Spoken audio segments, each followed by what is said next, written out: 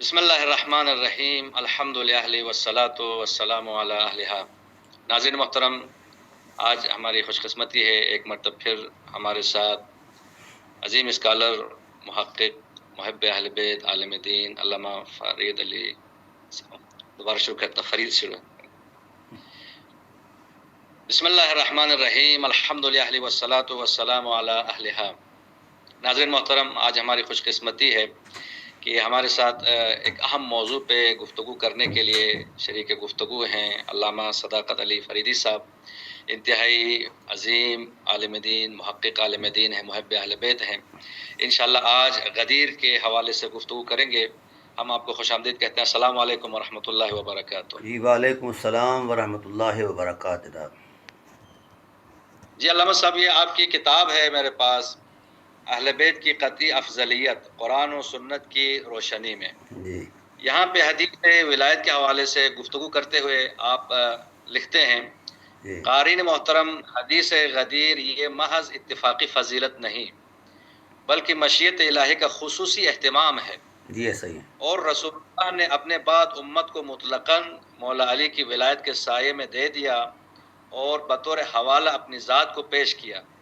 فرمایا کہ جو میرے رسالت پہ یقین رکھتا ہے وہ علی علیہ السلام کی ولایت کو اسی طرح مانے جس طرح میں نے اپنی ولایت کی عظمت میں ان کی ولایت کا اعلان کیا ہے۔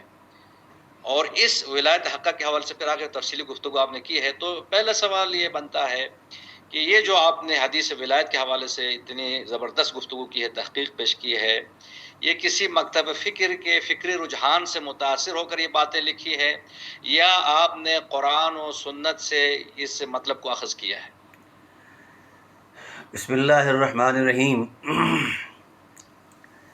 محترم المقام، آپ کی محبتوں کا شکریہ۔ گزارش یہ ہے کہ تحقیق کا جو طالب علم ہوتا ہے وہ کسی نہ مذہب سے متاثر ہوتا ہے نہ مسلک سے متاثر ہوتا ہے۔ تحقیق کے طالب علم کا اثاثہ دلیل کی قوت ہوا کرتی ہے۔ تو جس وقت میں نے اس حقیقت کو دیکھا، قرآن کی روشن آیات کے اندر عظمت میں بھی دیکھا اور سید عالم صلی اللہ علیہ وآلہ وسلم کے ترجیحی پیمانہ عظمت کو بھی دیکھا، تو پھر یہ میں نے اس کو عنوان بنایا اور پھر اس پر میں نے اس کی ریسرچ دی ہے کہ یہ حدیث جو ہے یہ محض اتفاق نہیں، یہ صرف متواتر حدیث نہیں بلکہ عظمت تواتر ہے۔ 120 کے قریب صحابہ کرام علیہم رضوان اس کو روایت کرنے والے ہیں، اور تابعین تو پھر سینکڑوں میں ہیں، علماء پھر ہزاروں میں ہیں۔ تو جس وقت ماحول کی نفسیات کو دیکھا جاتا ہے، جس طرح کے آپ نے یہ جملے میرے کوٹ کیے ہیں، تو ماحول کی نفسیات کے مطابق کیونکہ ختم نبوت کا اعلان ہو چکا تھا اور اس نبوت نے قیامت تک فیض بار رہنا تھا، اس لیے اقدار نبوت کی حفاظت کے لیے اور الہی نظام کے دستوری تسلسل کے لیے کسی نگران کی ضرورت تھی اور کسی معتمد علیہ شخصیت کا نامزد ہونا ضروری تھا۔ تو سید عالم صلی اللہ علیہ وآلہ وسلم نے تمام امت کو جو اس وقت موجود تھی سب کو مخاطب ہو کر اس حقیقت سے آگاہ کیا۔ پہلے اپنا تشخص بیان کیا اور اپنا نبوی تقدس بیان فرمایا، اور اس کے بعد اپنی نبوت پر شہادت لی۔ تمام اصحاب رسول اللہ رضوان نے اس بات پر شہادت دی، اور پھر اس کے بعد حضور سید عالم صلی اللہ علیہ وسلم نے نبوی ولایت کو بطور حوالہ پیش کر کے کہا کہ کیا اس پر بھی یقین ہے؟ سب نے کہا جی ہاں، کیوں نہیں یقین۔ تو اس وقت سید عالم صلی اللہ علیہ وآلہ وسلم نے مولا کائنات علیہ الصلوۃ والسلام کا بازو لہرا کر کہا کہ من قلت مولا فہذا علی مولا، جس کا میں مولا ہوں علی اس کا مولا ہے۔ اب یہ تو یہاں جی فرمائیے۔ آپ نے حضرت عمر کا بھی قول نقل کیا ہے کہ حدیث کے حوالے سے، غزیر خم کے حوالے سے، پھر انہوں نے باقاعدہ تبریک اور تہنیتی کلمات کہے، بخن بخن کہا، یعنی مبارکباد پیش کیا، یعنی خوشی منائے کے حوالے سے۔ پھر آگے آپ نے چل کے کہا کہ اس لیے ہر مومن کو چاہیے کہ اس دن خوشی منائے۔ تو ایک پاکستان کے مولوی صاحب ہیں، شاید آپ کے مسلک سے ہیں، آصف جلالی صاحب، وہ کہتے ہیں جو غدیر منائے گا وہ ڈائریکٹ جہنم میں جائے گا۔ تو وہ کس کے بارے میں یہ فتوی لگا رہا ہے؟ جی گزارش یہ ہے کہ ڈاکٹر اقبال علیہ الرحمٰن نے فرمایا تھا دین ملا فی سبیل اللہ فساد۔ تو ملا شیعہ ہو تو بھی فساد ہے اور ملا سنی ہو تو بھی فساد ہے۔ ہم کسی ملا کے پابند نہیں ہیں، ہم رسول اللہ صلی اللہ علیہ وسلم کے پابند ہیں۔ اب یہ اگر محض اتفاق ہوتا تو اللہ تعالیٰ اتنا اہتمام فرماتے۔ یہاں اکمال دین کی ضمانت بیان فرمائی گئی، الیوم اکملت لکم دینکم واتممت علیکم نعمتی ورضیت لکم الاسلام دینہ۔ اور میں نے یہ اہل سنت تفاسیر کے اثاثے میں دیکھا ہے اور احادیث کے ذخیرے میں دیکھا ہے، تو اتنا تشیع مربوط انداز میں بیان نہیں کر پائے جتنا اس حدیث غدیر کو، اعلان غدیر کو، عید غدیر کو، جتنا اہل سنت علماء نے اپنی ذوق جاویدانی کے اعتبار سے بھی اور دلائل کی حرمت کے اعتبار سے بھی بیان فرمایا ہے۔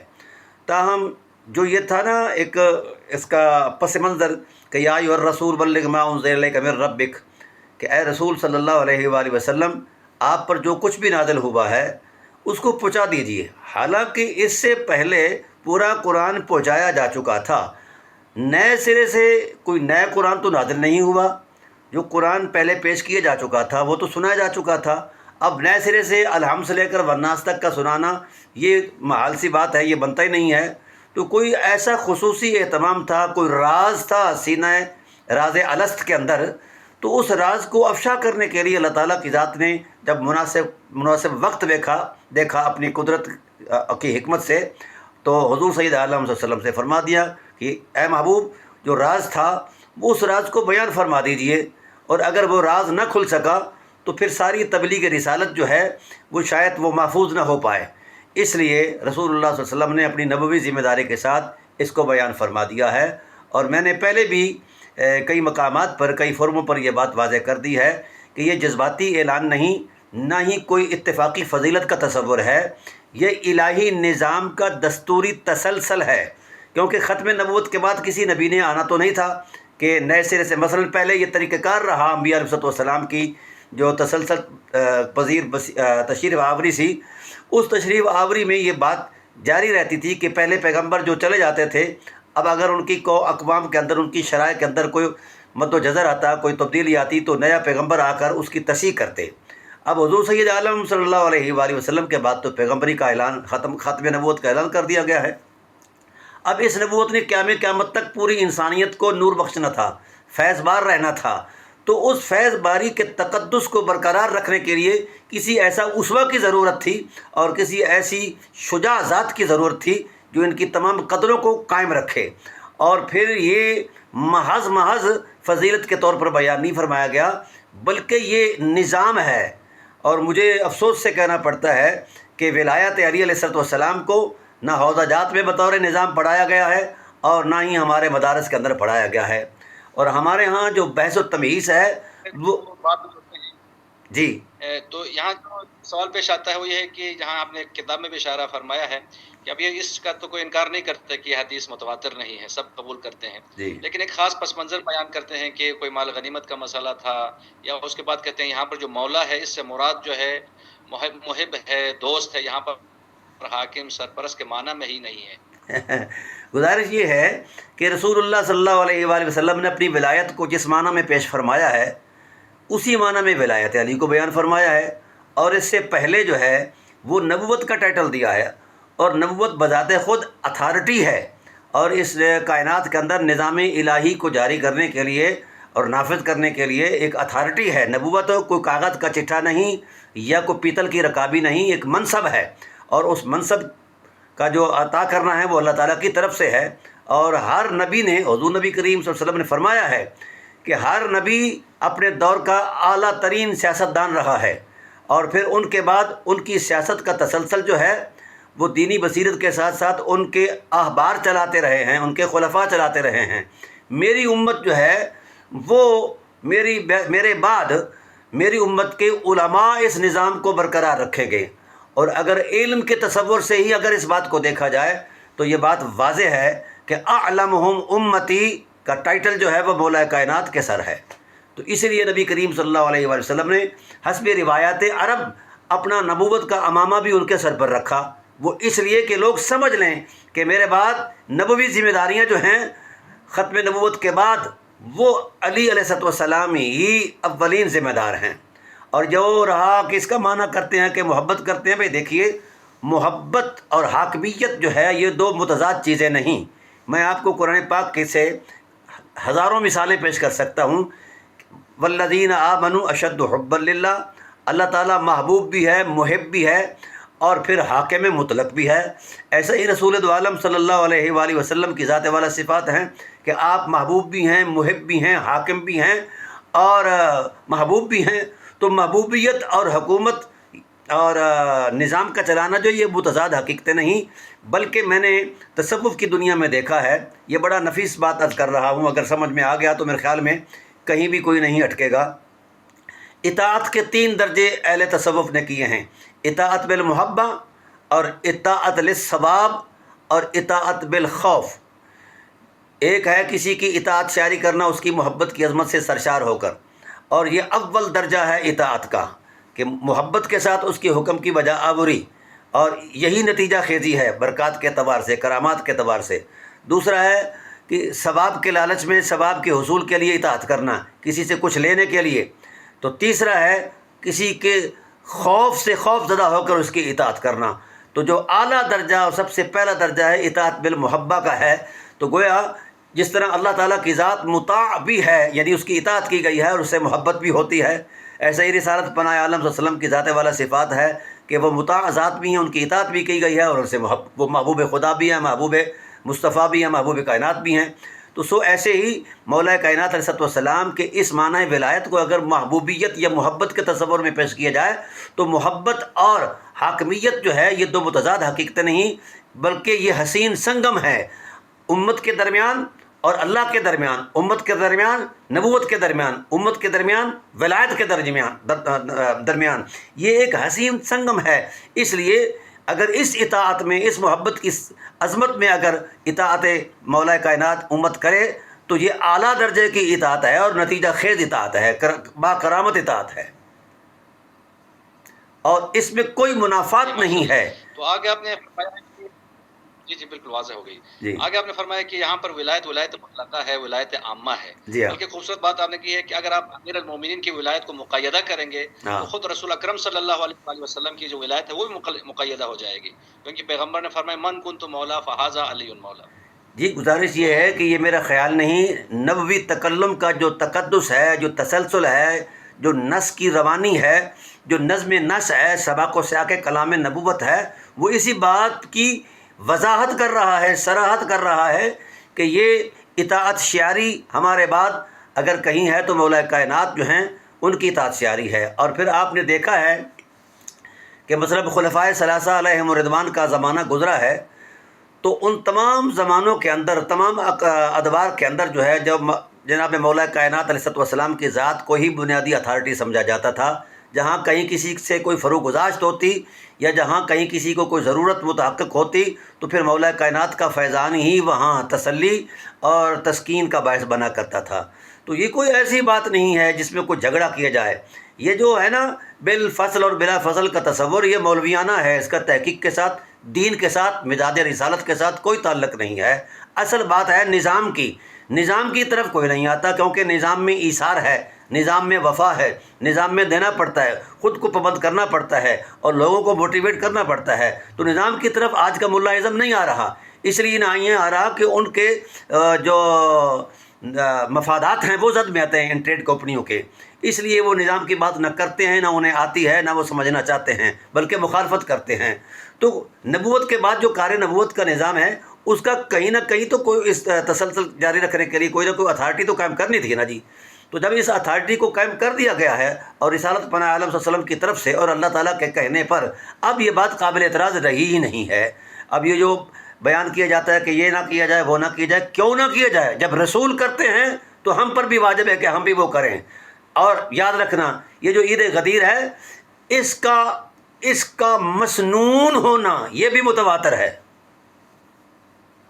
یہ بات یہاں بڑی پر آپ نے ایک سخت لکھا ہے کہ صفحہ نمبر 207 پہ، جی تو میں تو آپ کی جرات کو سلام کرتا ہوں، کس طرح آپ اس طرح سخت جملے لکھ رہے ہیں کہ اہل بیت کے بارے میں آج کل کی خود غرض جاہل سنیت ہاں صہیونیت کے قریب تر ہوتی جا رہی ہے، اور صہیونیت روز اول سے ہی اہل بیت نبوت کی دشمن ہے۔ جی تاہم ہمارے لیے کسی مکتب فکر کا مذہبی رجحان حجت نہیں، ہمارے لیے حجت رسول اللہ کا اعلان غدیر ہے۔ جی ہاں یہاں پر آپ نے اس ناسبیت کو صہیونزم کے ساتھ کیسے ملایا؟ جی میں عرض کرتا ہوں، یہ پس منظر ہے اہل بیت نبوت علیہ السلام کی ذات کے ساتھ جو آویزش ہے، جو دشمنی ہے، وہ کوئی محض اتفاقی نہیں ہے، یہ عبد الشمس سے شروع ہوئی ہے اور آگے چلتی چلتی تسلسل پذیر رہی، یزید تک آئی، آگے چلتی رہی اور آج تک موجود ہے یہ، اور عثم اللہ اعظم کے تصور میں.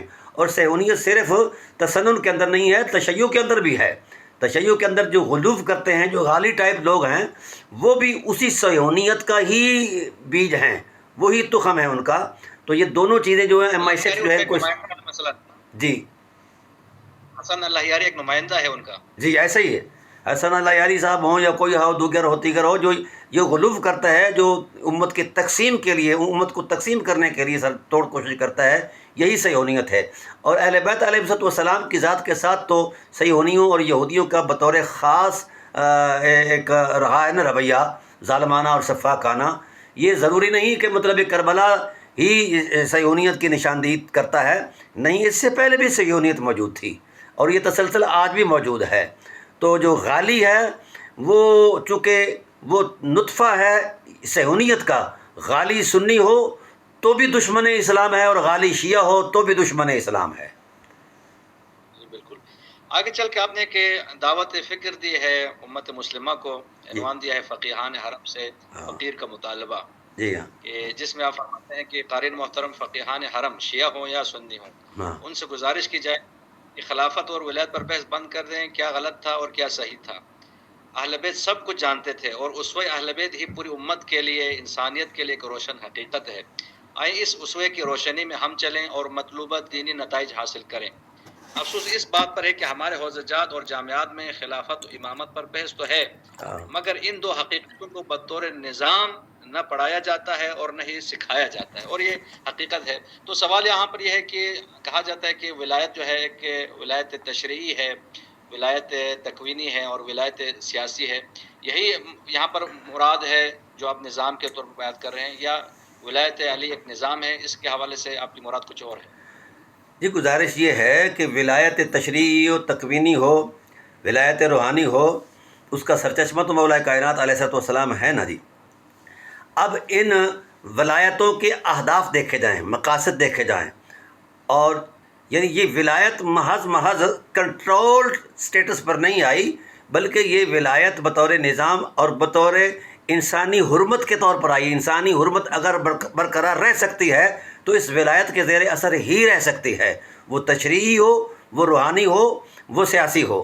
تو یہ تینوں چیزیں مختلف نہیں، ٹائٹل الگ اگرچہ اہل علم نے مختلف بیان کیے ہیں، تینوں شعبوں سے انسان بیک وقت وابستہ ہے. سیاست سے وابستہ ہے، شرع سے بھی وابستہ ہے اور روحانیت سے بھی وابستہ ہے. جو اخلاق عالیہ کا فائدہ لینا چاہے وہ ولایت روحانی کے سامنے اپنا سرنگوں ہو، اور جو آئینی ولایت کے اندر آنا چاہتا ہے تو وہ ولایت تشریعی کے سامنے سرنگوں ہو اور دامن طلب پھیلائے. اور جو ولایت تکوینی یا ولایت سیاسی کی عظمت میں سے کچھ فیض لینا چاہے تو وہ بھی جناب والا اسی ولایت کے سامنے. تو تینوں ولایتوں کا مبدا اور سرچشمہ جو ہے رسالت کی گواہی کے مطابق مولا کائنات علیہ السلام کی ہی ذات ہے. تو رہا یہ معاملہ کہ جناب والا اگر ہم نے ولایت کو مان لیا تو خلافت زد میں آئے گی، خلافت کو مان لیا تو ولایت زد میں آ گئی، یہ مولویانہ باتیں ہیں. دین اور تحقیق کا اس سے کوئی تعلق نہیں ہے. خلافت اور ولایت جو ہے دو متضاد حقیقتیں نہیں ہیں، دونوں کے الگ الگ، ایک حقیقت کے دو الگ نام ہیں. قرآن کریم کی 20 آیات کے اندر خلافت کا لفظ بھی آیا ہے اور ولایت کی لفظ بھی آیا ہے.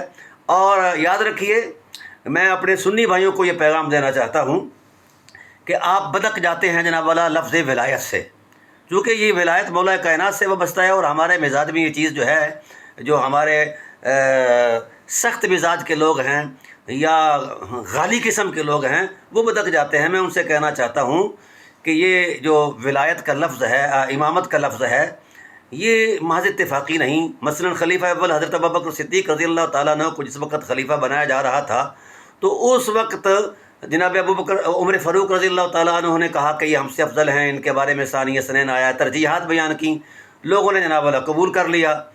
اب بات یہ تھی کہ انصار نے کہا کہ ایک خلیفہ ہمارا ہو اور ایک خلیفہ آپ کا ہو، تو اس وقت کہا گیا کہ یہ چیز چل نہیں سکتی. تو حضرت ابوبکر صدیق رضی اللہ تعالیٰ عنہ کی ذات والا صفات نے جو لفظ استعمال کیا ہے اس لفظ پر ہی غور کر لیا جائے. آپ نے فرمایا کہ رسول اللہ صلی اللہ علیہ وآلہ وسلم کا ارشاد ہے الائمۃ من القریش، یعنی امامت کا ٹائٹل ہے. خلافت اول جو ہے وہ بھی امامت کے منظر نامے کے اندر ہے، امامت کے لفظ کے آئینے میں ہے، الگ سے خلافت نہیں ہے. سمجھ آ گئی نا؟ تو یہ باتیں مولویانہ ہیں جن کا دین سے کوئی تعلق نہیں، دلیل سے کوئی تعلق نہیں. اصل فوکس جو ہے وہ نظام ہے، اصل قوت جو ہے وہ نظام ہے، اور وہ الہی نظام ہے. بلکہ میں نے 30 گھنٹہ سچ ٹی وی کی سکرین پر یہ گفتگو کی ہے کہ لا الہ الا اللہ محمد رسول اللہ محض عقیدہ نہیں بلکہ ایک نظام ہے. میری 30 گھنٹے کی مسلسل گفتگو ہے اس پر. تو اب نظام چونکہ اپنانا پڑتا ہے، اور نظام اپنانے میں ظاہر ہے ریاضت ہے، زہد ہے، مشقت ہے، وہ ہمارے مولوی صاحبان کرنا نہیں چاہتے. اب اپنے مکتب فکر کو ان لوگوں نے ٹریڈ کمپنی کے طور پر اور نظریہ ضرورت کی بنیاد پر یہ چلایا جا رہا ہے، جو ایک نقصان کے علاوہ اس کا کوئی نتیجہ نہیں ہے. اگر امت نے امت رہنا ہے، امت نے امت بننا ہے، وحدت کی حرمت میں اترنا ہے، تو نظام ولایت سے اس جیسا کوئی بہتر نظام نہیں ہے. اس سے بہتر کون ہو سکتا ہے؟ کیونکہ یہ الہی نظام کا تسلسل ہے، یہ محض اتفاق نہیں. اس میں شیعہ سنی کا کوئی چکر وکر نہیں ہے. سمجھا گئی نا؟ زمانہ رسالت میں جب یہ اعلان کیا گیا ہے تو اس وقت نہ سنی ملحوظ تھا نہ شیعہ ملحوظ تھا. یہ ٹریڈ کمپنیاں بعد کی پیداوار ہیں، ان کی کوئی حقیقت نہیں ہے ولایت اپنے اعلان نبوت کے سامنے. اس کی تعبیر جو اپنی مرضی سے کرتے ہیں، میں نے دیکھا ہے لا تعداد ایسے استدلالات تشیع کے جاہلانہ ہیں، اور لا تعداد ایسے استدلالات تسنن کے جاہلانہ ہیں جن کا نظم نسق کے ساتھ تعلق ہی نہیں ہے، نہ ربط کلام کے ساتھ تعلق ہے، اور نہ ہی مزاج رسول کے ساتھ تعلق ہے، نہ مشیت الہی کے ساتھ تعلق ہے. چونکہ حجرہ ساز تصور دین انہوں نے گھر کے حجروں میں بیٹھ کر بنایا ہے، تو اس بنیاد پر جو انہوں نے خود سوچا ہے، مائنڈ سیٹ بنایا ہے، کہتے ہیں کہ نصوص ہمارے تابع ہو جائیں، یہ نصوص کے تابع نہ ہوں. تو اس طرح ڈرامہ بازی کے ساتھ امت نہیں چل سکتی. ماشاء اللہ، آپ نے تو کتابیں لکھی ہیں اہل بیت کے حوالے سے، ولایت اہل بیت کے حوالے سے، لیکن طارق جمیل صاحب نے صرف ایک بات کہی تھی کہ یہاں پر ولایت سے مراد جو ہے حاکم ہے، سرپرست ہے. ابھی ان کو کیا اسی کی سزا دی جا رہی ہے؟ یہ ان کو بھی کہتے ہیں کہ آپ ان کو تقریر بھی نہ کریں. یہ ان کو تقریر نہ کرنے کا واقعہ تو اب کا ہے، لیکن ان کا پیچھا جو ہے وہ کیا جا رہا ہے عرصہ دراز سے. جب سے انہوں نے خود کو امام علی مقام علیہ الصلوۃ والسلام کا میراثی کہا ہے، خادم کہا ہے، نیاز مندی کے تصور میں خود کو پیش کیا ہے، تب سے اس کے لوگ جو ہیں وہ اس کے دشمن بن گئے ہیں. چونکہ وہ اہل بیت کے اعتقاداً دشمن ہیں، ان کو برداشت نہیں کرتے، لہٰذا جو اہل بیت کی کوئی بھی بات کرے اسے برداشت نہیں کرتا. کوئی شیعہ کرے تو بھی وہ برداشت نہیں، کوئی سنی کرے تو بھی برداشت نہیں. اور ہمارے ہاں بھی بدقسمتی سے یہ ماحول پیدا ہو چکا ہے کہ ہم میں سے اہل سنت کے لوگ جو ہیں، خاص کر ہمارا جو بریلوی مکتبہ فکر ہے، ان میں سے جو بھی اہل بیت کے ساتھ قلبی روحانی تعلق کا احترام کا کوئی رشتہ قائم کرتا ہے یا کوئی اظہار کرتا ہے تو اسے فوری رافضی کہا جاتا ہے. جس طرح طارق جمیل صاحب نکالے گئے ہیں جماعت سے، اسی طرح مجھے بھی نکالا گیا ہے. یہ میرے تجربے کی بات ہے، لیکن یہ ان لوگوں کی بھول ہے. طارق جمیل صاحب خود ایک جماعت ہیں، ایک کائنات ہیں، اور بھی الحمدللہ تعالیٰ ہم تو اس تجربے سے گزر رہے ہیں. جب ہم جماعتوں کے ساتھ تھے تو تنخواہوں پر کام کرتے تھے. اب جب ہم نے جماعتوں کو چھوڑا ہے، چونکہ یہ خود غرض ہیں اور ٹریڈ کمپنیاں ہیں، مجھے اللہ تعالیٰ نے زمین بھی دی ہوئی ہے. اب اللہ تعالیٰ کا فضل و احسان ہے کہ میرے نوکر آگے کام کر رہے ہیں. اب میں تنخواہیں دیتا ہوں.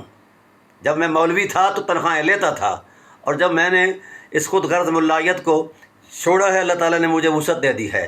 میری زمین کے خزانے کو اللہ تعالیٰ نے سینے کو کھول دیا ہے. تو طارق جمیل صاحب تو بہت بڑے جاگیردار ہیں.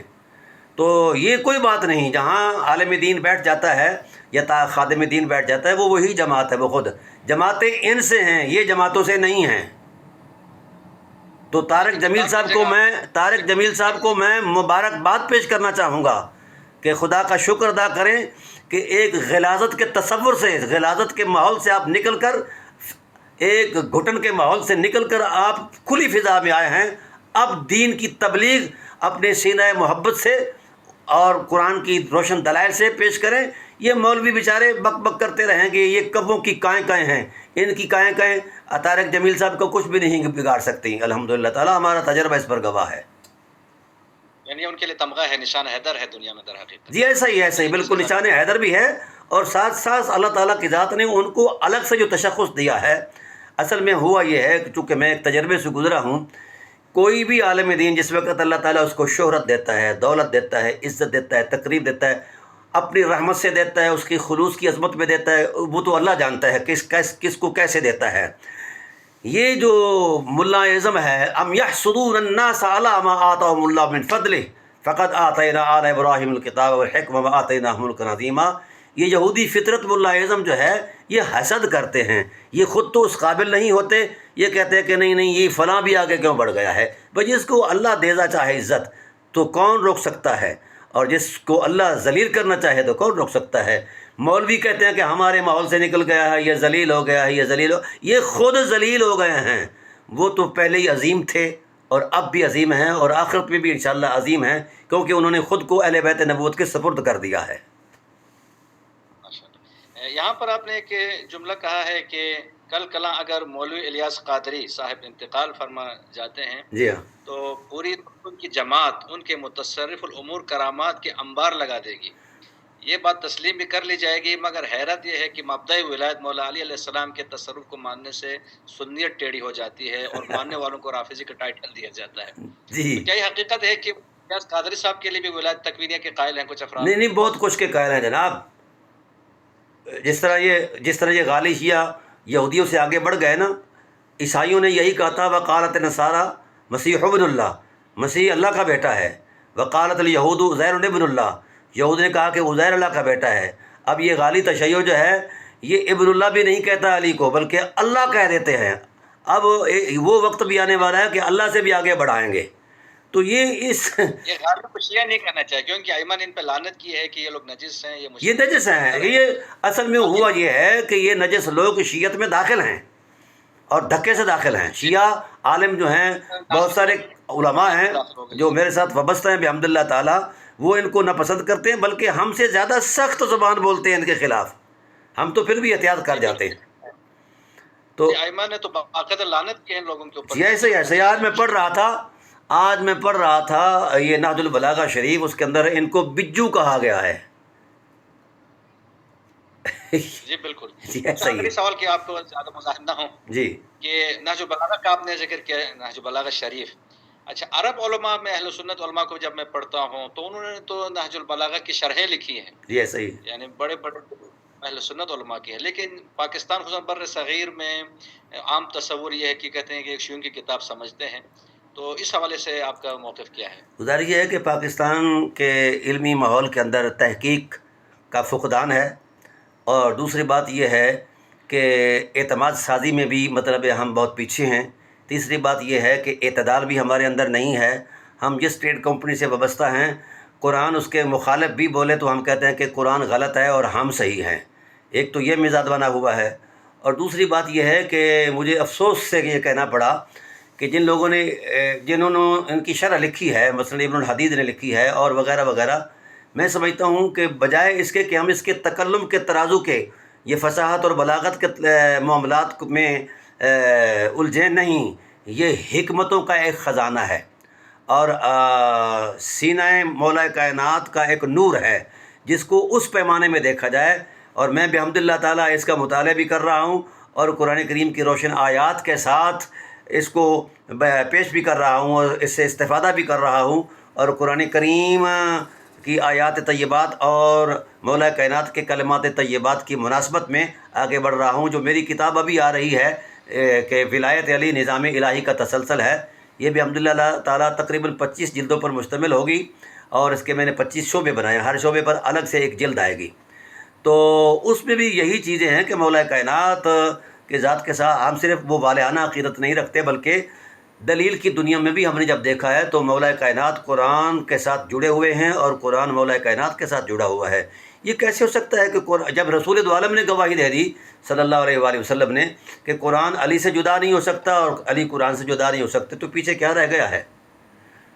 ٹھیک ہے، اس لیے رسول اللہ صلی اللہ علیہ وسلم نے ارشاد فرمایا کہ وحدت امت اگر درکار ہو تو پھر اہل بیت کے دروازے پر آ جاؤ اور یہاں تک ارشاد فرمایا وَأَهْلُ بَيْتِي أَمَانٌ لِأَهْلِ الْأَرْضِ مِنَ الْاخْتِلَافِ، جس طرح آسمان کے ستارے آسمان کی کائنات کی بقا کی طاقت ہے، میکنزم ہے، اس طرح اہل بیت نبوت اہل زمین کی بقا اور ان کی شرافت کی ضمانت ہیں، اور وحدت امت ان کے بغیر نہیں ہو سکتی۔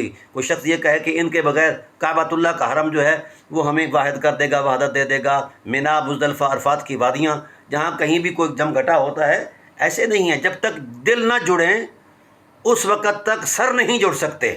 سر جڑ بھی جائے دل نہ جڑے تو وہ جڑنا نہیں ہوتا۔ ضروری ہے کہ دلوں، اسی لیے ان کی مودت کو لازمہ ایمان قرار دیا گیا ہے۔ کیوں کہ مودت کا تعلق دل سے ہے، خیال سے ہے ہی نہیں ہے۔ تو پہلے ان کے قدموں میں دل نچھاور کرے امت، اور پھر ان کی اطاعت کو اطاعت الہی، اطاعت نبوی سمجھ کر کریں، کیونکہ اللہ نے اللہ ہو کر، رسول نے رسول ہو کر ان پر اعتماد کیا ہے۔ امت کیوں نہیں اعتماد کرتی؟ کیوں یہ شیعہ سنی کے ڈرامے کے چکر میں ہوتے ہیں؟ براہ راست جب رسول اللہ صلی اللہ علیہ وآلہ وسلم فریق بن کر ان کے ساتھ کھڑے ہیں تو باقی پیچھے کیا رہ گیا ہے؟ جی بس آخری سوال اس حوالے سے کیا کہ محرم الحرام کی آمد ہے، انشاءاللہ آپ سے استفادہ بھی کریں گے عاشورہ کے حوالے سے۔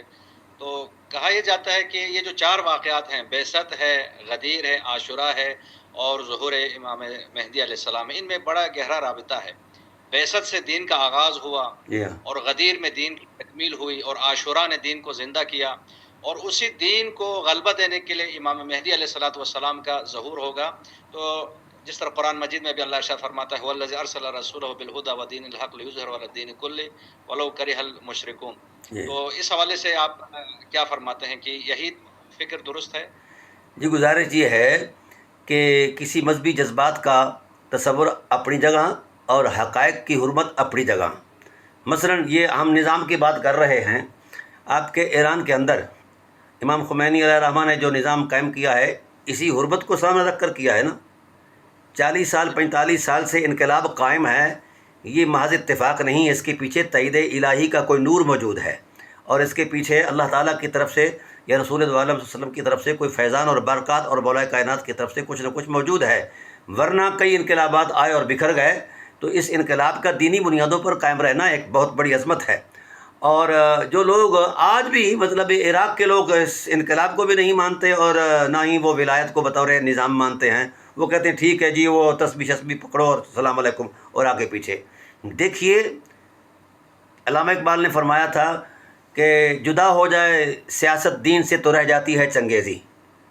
ہمیں ایک نظام دیا ہے۔ دیکھیے کائنات کے اندر کوئی بھی شخص کوئی چیز ایجاد کرتا ہے تو اس ایجاد کردہ چیز کو دیر پر رکھنے کے لیے، برقرار رکھنے کے لیے ایک ہدایت نامہ یا کتابچہ جو ہے وہ ساتھ دیتا ہے کہ اس کی اندر لکھی ہوئی کتابچے کے اندر ہدایات کو آپ قائم رکھیں گے، اس پر عمل کریں گے تو چیز دیر پا رہے گی، ثابت رہے گی اور اصل رہے گی، اچھی رہے گی۔ تو جس نے کائنات بنائی ہے اس نے بغیر نظام کے کائنات بنا دی ہے؟ یہ خیالات کے الجھاؤ کے تصور کا نام آئین بنا دیا؟ ایسا نہیں ہے۔ اس نے 1.25 لاکھ پیغمبر بھیجے ہیں، ہر پیغمبر علیہ السلام پیغمبر بھی تھے اور سیاستدان بھی تھے۔ یہ بات قطعاً غلط ہے کہ جناب والا سیاست اور دین الگ الگ چیزیں ہیں، نہیں، یہ سازش ہے دین کے خلاف، اسلام کے خلاف۔ یہ صہیونی سازش ہے کہ اسلام کے نظام کو الگ کر دیا جائے اور نظام والوں کو پکڑ لیا جائے اور نظام والوں کی گرفت کی جائے اور ان کو دبا دیا جائے۔ ہاں جو تسبیح والے ہیں وہ بے ضرر ہوتے ہیں، چونکہ وہ مداخلت نہیں کرتے، وہ حکومتوں کو نہیں ادھر ادھر کرتے، تو لہٰذا یہ ٹھیک ہے، یہ قبول ہے، ان کو پیسے بھی دیتے ہیں، سرمایہ بھی دیتے ہیں، ان کو گاڑیاں بھی دیتے ہیں۔ لیکن جو نظام کی بات کرتا ہے اس سے اس کی ذاتی گاڑیاں بھی چھین لیتے ہیں، مکانات بھی چھین لیتے ہیں۔ تاہم امام خمینی علیہ الرحمٰ نے جس نظم کے ساتھ اس نظام کو برقرار رکھا ہے کہ یہ سوال یہ مزید اٹھتا ہے، ہمارے ہاں بھی اٹھتا ہے، نظام ولایت یا اپنا ولایت فقیہ وغیرہ۔ دیکھیے گزارش یہ ہے، کوئی بھی کائنات کا فقیہ شارع نہیں ہو سکتا۔ شارع صرف رسول اللہ صلی اللہ علیہ وسلم کی ذات ہے، اور اس کے بعد شارع کی حرمتوں کو من و ان پہنچانے کے لیے اس کی اہل بیت ہے، اصحاب رسول علیہم رضوان ہے، ٹھیک ہے۔ شارع صرف رسول اللہ صلی اللہ علیہ وسلم کی ذات ہے اور اللہ تعالیٰ کی ذات والا صفات ہے۔ یہ جتنے بھی فقہا ہیں یہ صرف اور صرف ان کو ترجیح اس لیے ہے کہ یہ انہوں نے ایک زندگی کا خاص حصہ دین کے حصول کے لیے سمجھنے کے لیے لگایا ہوا ہوتا ہے۔ ان پر علمی اعتماد ہے، نہ یہ رسول ہیں اور نہ ہی جناب والا تشریعی مقام ان کو حاصل ہے۔ تو اب اعتراض بنتا ہی نہیں ہے. کوئی شخص مثلاً میں حنفی ہوں، حنفی ہونے کی نسبت سے امام ابو حنیفہ کا منہج عرض کر رہا ہوں. وہ فرماتے ہیں کہ اخذت بکتاب اللہ ثم فبسنت رسول اللہ ثم باقوال صحابہ. اس کے بعد جتنے بھی لوگ ہیں ہم رجال ونحن رجال.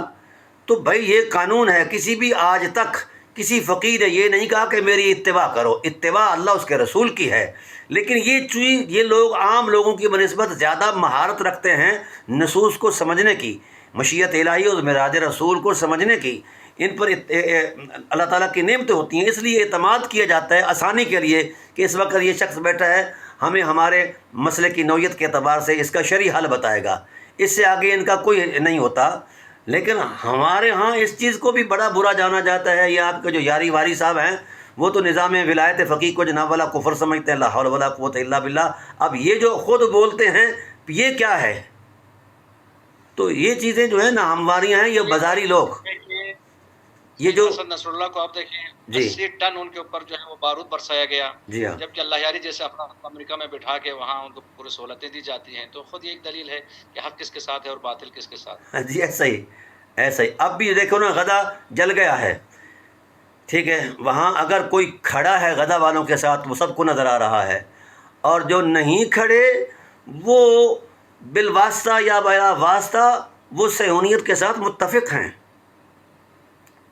جی فرمائیں، درست فرمائیں. ہاں میں تو سچی بات کرتا ہوں. مجھے کسی لگی لپٹی بات کرنے کی نہ عادت ہے، اور میں اللہ سے ڈرتا ہوں اور اللہ کے رسول کے سامنے اپنے آپ کو پیش کرتا ہوں. یہ آج غزہ آج کی کربلا ہے.